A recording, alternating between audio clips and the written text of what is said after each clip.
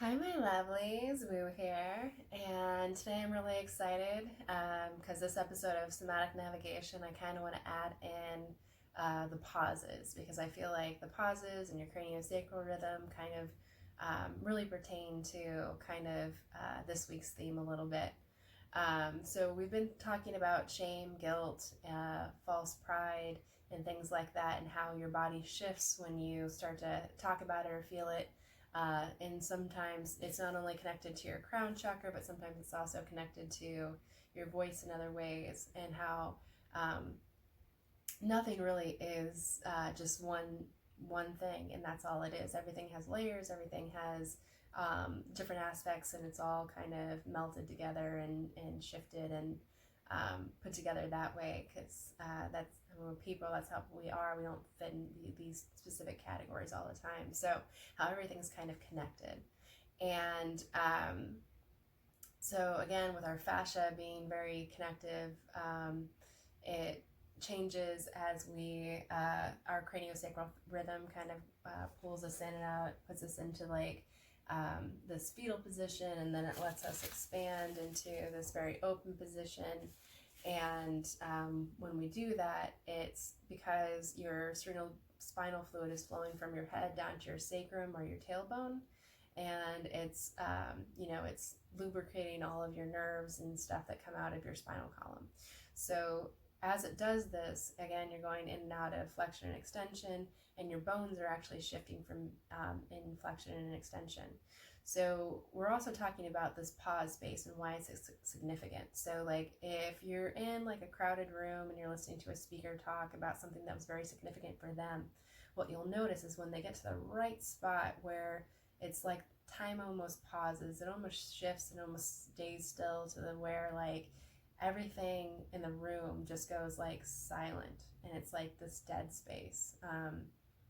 And it might just happen for a brief moment while the person takes a breath or something like that right after they said something that was really major. And it could be a longer pause where you might feel it for a few more seconds, but you still notice that shift, that pause in your bones, and that's kind of the important part, because you're either you have that same thing. It might be a different flavor of what they're talking about, like you might have had your own little spin on and resonate with them in some way, but it also could be that you're just feeling into their energy and being able to feel like, oh, I can feel for them and I understand that this is important for them and that's significant, and I'm going to honor that. And that's why your body kind of honors that with them. So talking a little bit more about this space of being able to listen and follow your intuition and things like that. So what this space kind of does is it's where you're the most meditative. It's where you get the most true answers to yourself. It's where your things are significant for you that are kind of moving through, and it's also where you're having it's not only significant, but like this could be like this is what's helpful, this is you're on the right track, is kind of what your body is telling you. And as it's telling you, like you might go throughout the day and you're making your choices and you're kind of in this area. So you've got this whole space where you want to stay in this alignment, and you've got this whole space that you're working with. If you want to start to narrow that space that you're working with, that like the decisions that you're making and things like that are always in alignment with the things that you want, and you have a smaller space, then you're not really making decisions that are going to take you out all the way over here and take you off course a little bit more of where you want to be. So working on narrowing this space is by listening to the pauses and listening to your intuition and going and feeling through that. Um, so one thing to kind of keep in mind as you're going through this is setting those intentions first. So like if we're talking about meditations and how like you're going to go through the day and things like that, some people start with like a 20-minute meditation in the morning and then a 20-minute meditation in the evening. And this is like it's great, it's awesome, and because that's the pattern that they want to follow. So you're setting your intentions in the morning, how you want to go throughout your day and how you want to feel and what the things that you want to do and things that you want to accomplish and things along that way. And then at the end of the day, normally what you're doing is trying to get rid of reflecting on the things that you did that day, trying to process any emotions that need to be released at this time, and kind of just preparing your body for the rest and digestive sleep. So as you're doing this, you setting your intentions in the morning might narrow the space. So you might be working with like about this. But if you want to get to a spot where you're really always in, pretty much every decision you're making is in this little space here, then you want to start really listening to that rhythm throughout the day. So practicing this over and over until like you start noticing these pauses in your body. So the very first thing I'm gonna have you do to start this is having your hands on your legs, and you just want to put enough pressure that you're putting about 5 grams, and that's about the weight of a nickel. So you're just putting the weight of a nickel on your legs, and then noticing as they move slowly out, and this and then it'll be a pause, and then it'll slowly come back in, and then it'll pause to kind of shift back to go back out. And then you'll notice that sometimes you just pause and it's not moving either way. So this means that something here is significant. Like it might be that the position your body is in is significant to getting rid of some trauma. It could be this is a significant space for you to be in because of what you're thinking is significant. So if now you're going through and you're trying to apply this to the choices that you're going to make throughout the day, like what's good for you, what's not good for you, like what you're going to eat that day, is this going to help you get to the end goal that you want? So always knowing the intention that you, like, what was your end goal? Where did you want that to go? How do you want to look? How do you want to feel? How do you want to be?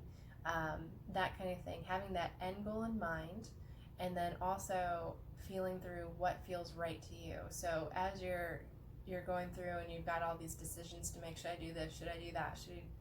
And just really feeling in, thinking about what you want to do and what is your end goal.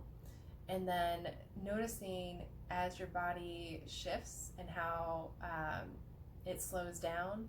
And then when you get to the pause, like that's kind of where you know that you're in the right place.